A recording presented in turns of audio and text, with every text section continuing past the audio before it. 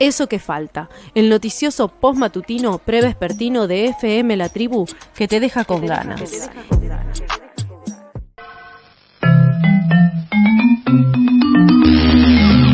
Falta o sobra. Análisis ecofeminista para una economía patriarcal. Falta o sobra. Falta o sobra. Seguimos en el aire de Eso que falta y ya la tenemos conectada a Noemí Giosa Azuazúa, quien hoy toma la columna Falta o Sobra. Y como les decíamos al inicio del programa, hoy no estaremos nosotras solas, sino que hay una invitada que también ya está sumada al Meet, Agustina Aimovich, quien es magíster en Administración Pública e integrante del Instituto de Pensamiento y Políticas Públicas. Y lo que vamos a hablar en esta tarde es sobre la política socioasistencial del gobierno de la Libertad Avanza, pero antes de seguir hablando sola, las presento, o las dejo a ellas más bien hablar. Hola, ¿cómo están, Noemí? Hola, Agustina. Hola, ¿qué tal? Buenas tardes. ¿Qué tal, Mailén? Bueno, hola, Agus, que la veo acá. No, les quería decir que hace un ratito, perdón, pero se escuchaba la tanda y a ustedes charlando, entonces ahora ya no se escucha más. Digo, para que no, por las dudas les avisaba. Igual ahora ya no se escucha por las cuestiones técnicas, hay momentos en que se escucha y hay momentos en que no. Ahora estamos en un momento en que solo me escucharán a mí y un poquito tal vez la cortina, pero la podemos bajar si molesta. Ah, bueno, sí, no, la cortina no está, pero mejor bajarla, sí. Perfecto. No ponerla, no se escucha. Bueno, ¿qué tal? Buenas tardes a todas y a todos. Acá estamos con Agustina Aimovich. Hola, Agus. Hola, ¿cómo están? Bien, yo la voy a presentar. Agustina es magíster en Administración Pública y es integrante del IPIP, el Instituto de Pensamiento y Políticas Públicas.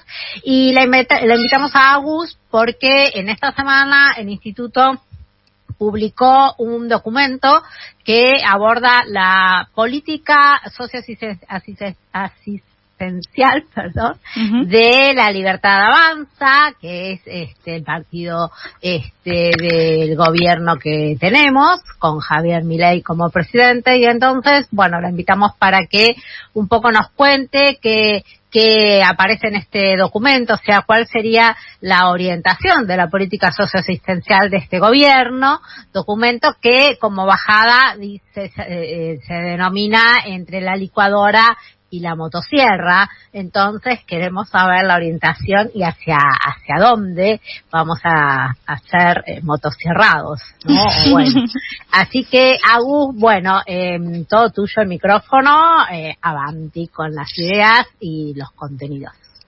Bueno, muchas gracias, ¿no? Igual espero que esto sea una conversación también y que vayamos intercambiando, que es lo interesante.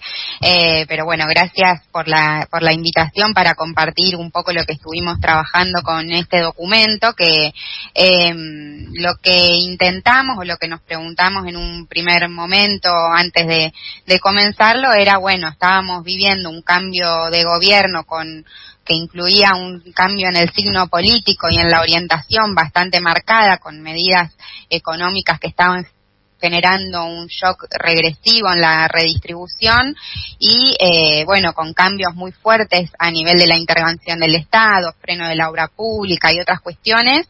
Y nos preguntábamos, bueno, cómo se estaban expresando estas transformaciones en las políticas sociales. Y principalmente en este documento nos concentramos en los programas de transferencia de ingresos no contributivos más masivos, ¿no? Porque, bueno, justamente también en un contexto de deterioro fuerte de los ingresos que se generó a comienzos del año, producto de la mega devaluación y el salto inflacionario, que luego se tradujo en un salto en la pobreza y un salto muy fuerte en la indigencia, bueno, ver qué pasaba con estos programas de transferencia de ingresos que van destinados a la población vulnerable. Y bueno, entonces ahí abordamos, por un lado también los cambios institucionales que se dieron con el cambio de gestión y entonces, bueno, como también a nivel de los ministerios, muchos perdieron jerarquía ministerial, se convirtieron en secretarías y fueron absorbidos por el Ministerio de Capital Humano. Y qué implicancias tuvo eso también en vaciamiento de algunos equipos, dificultades con la gestión, limitaciones, digamos, a la hora de continuar con algunos programas y demás, y bueno, y qué orientación iban teniendo las medidas que se iban adoptando. Y entonces ahí lo organizamos teniendo en cuenta distintos grupos poblacionales, principalmente vinculados a distintas etapas del ciclo de vida, y entonces primero las políticas que tienen que ver con niños, niñas y adolescentes y qué pasó con esto, y ahí en realidad en ese aspecto vemos algunos signos de continuidad de la política de la asignación universal por hijo y incluso refuerzos de esa política, no solo por un incremento muy significativo en el monto, que se dio de nuevo en este contexto de shock regresivo en los ingresos y que justamente intentaba morigerar el impacto brutal que tuvo en el desplome del poder adquisitivo de los hogares. Bueno, fue una compensación claramente insuficiente, pero bueno, esa política en particular, el poder adquisitivo se reforzó. Luego, hacia octubre, también como una medida que generó un refuerzo para este segmento de la población, tuvo que ver con la extensión de la cobertura de la prestación alimentar. Si no recuerdo mal, fue cuando se difundieron los datos justamente del salto en la indigencia, donde el gobierno toma la decisión de extender la prestación alimentar, que hasta ese momento llegaba a los niños y niñas hasta 14 años, bueno, se extendió hasta los 17. Y bueno, esto sí. Que por ahí la audiencia no tiene todo claro, que es la prestación alimentar es a niños y niñas de hogares donde reciben la asignación. Claro, exacto. Es el mismo universo.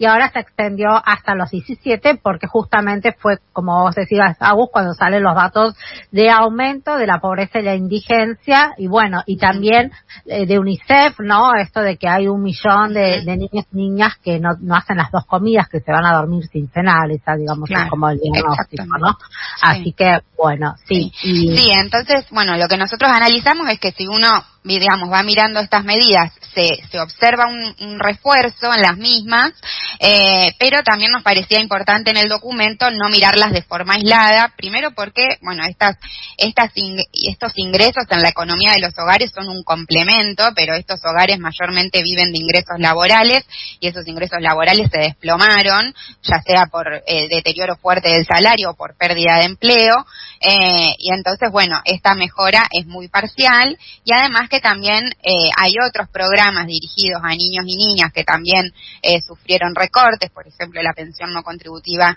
para madres de 7 o más hijos, o la asignación, si uno incluye la asignación familiar contributiva, que no tuvo el mismo refuerzo que la asignación no contributiva, que va dirigida al segmento de trabajadores en relación de dependencia formal, bueno, tuvo un deterioro. Entonces, si uno agrega el conjunto de transferencias destinadas a niños y niñas, incluyendo las asignaciones contributivas, en realidad hubo una caída del 5%, es decir, esa mejora en este segmento fue relativa. Lo que pasa es que cuando vemos el conjunto de las transferencias de ingresos, la caída en el año que analizamos fue de un 25%.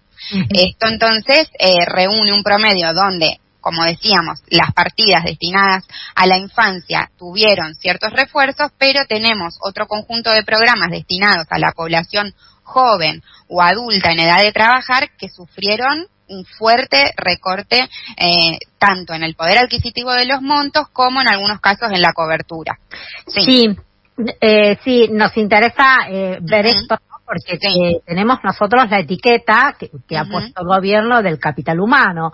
Entonces, ¿cómo han sido los programas que iban hasta ahora a jóvenes o que iban a la población activa que no tiene trabajo y que no consigue trabajo? Y había otros programas sociales como el potencial trabajo que, bueno, de público conocimiento que se modificó, ¿verdad? Sí. ¿Qué pasó ahí?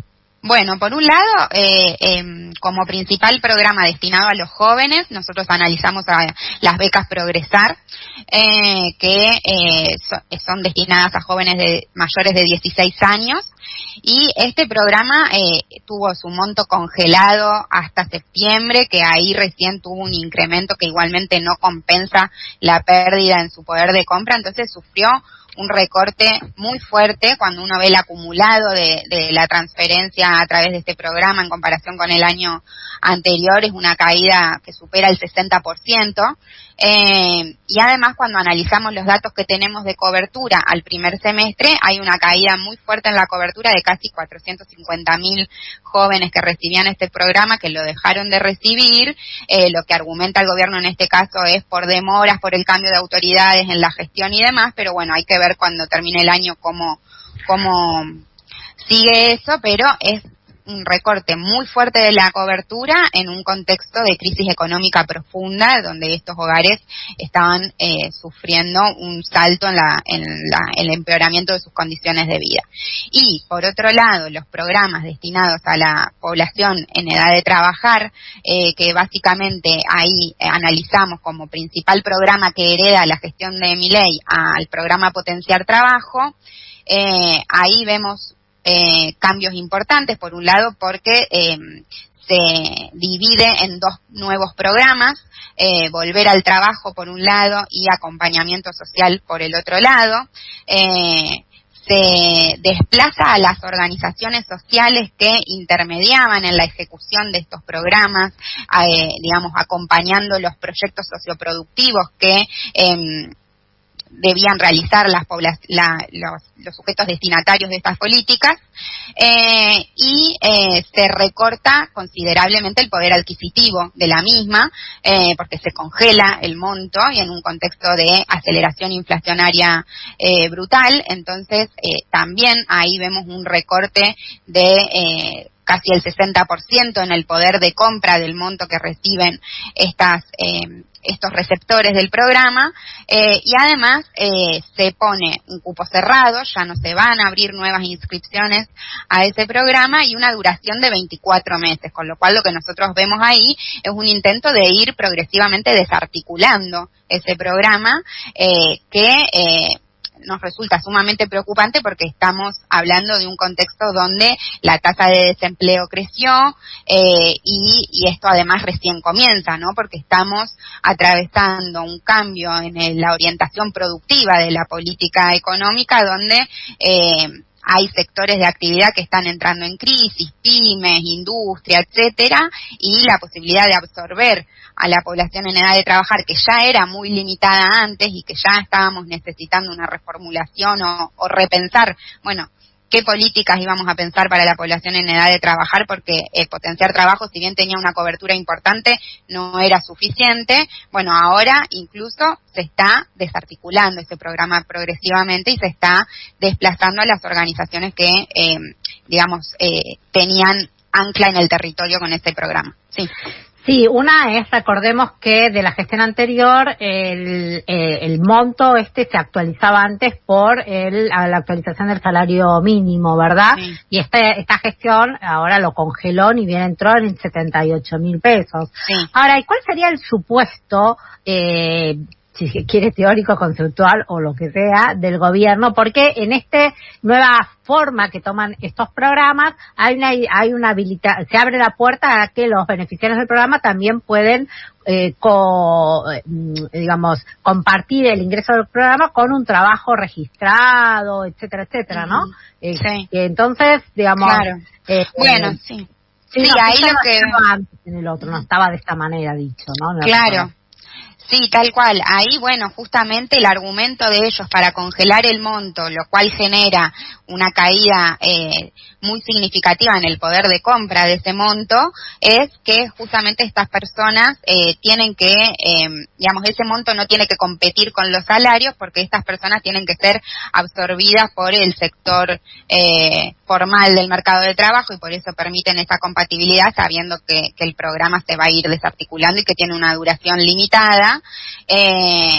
Con lo cual, reducen notablemente el monto para que no genere competencias, y así por decirlo de algún modo, con el trabajo. Claro, en el sector privado. Pero lo cierto es que en realidad, cuando uno analiza lo que pasa en los últimos años con la clase trabajadora y con los receptores de estos programas, es que ya trabajaban y no, con empleos precarios, porque el sector privado no lograba absorberlos por límites estructurales del mercado de trabajo y del perfil productivo, que no llegaba a absorber al conjunto de la clase trabajadora, y entonces esa población que no lograba insertarse ahí, terminaba insertándose en puestos de trabajo asalariados informales o autoempleo de subsistencia, pero no es que no estaban trabajando, sino que justamente estaban trabajando en condiciones precarias, y eso se va a potenciar posiblemente con la orientación productiva que está asumiendo el gobierno, donde el mercado de trabajo difícilmente, si no absorbía antes a este conjunto de la población, el mercado de trabajo formal, menos ahora que se está orientando el perfil productivo a tener una característica más basada en las exportaciones y en la explotación de recursos naturales, y reduciendo y debilitando el mercado interno y las oportunidades de empleo que genera eso, que lo vemos también, ya está pasando en el cierre de pymes la caída del peso de la industria en el conjunto de la economía.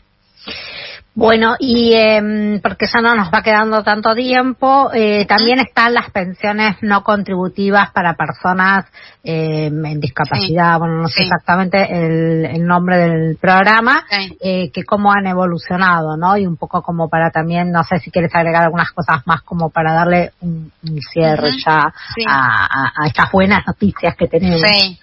Bueno, ahí lo que vemos con pensiones, que también es una política que era masiva, es masiva, porque supera el 1.000.000 de personas que reciben pensiones no contributivas, y justamente si son por invalidez o por discapacidad es un término que está en disputa y que quedó expresado eso en las modificaciones que introdujo el gobierno, pero lo que sucedió en los primeros meses principalmente fue una licuación del poder adquisitivo, justamente por el atraso que tuvo la movilidad, se ajustan por movilidad previsional, el atraso que tuvo la fórmula de movilidad respecto al salto de los precios, entonces eso generó en un primer momento que pasen por la licuadora, y pierdan, tengan una pérdida importante en el poder adquisitivo, además de que también reciben ese bono de 70.000 que reciben los jubilados, que se mantiene congelado hace meses, no se actualiza.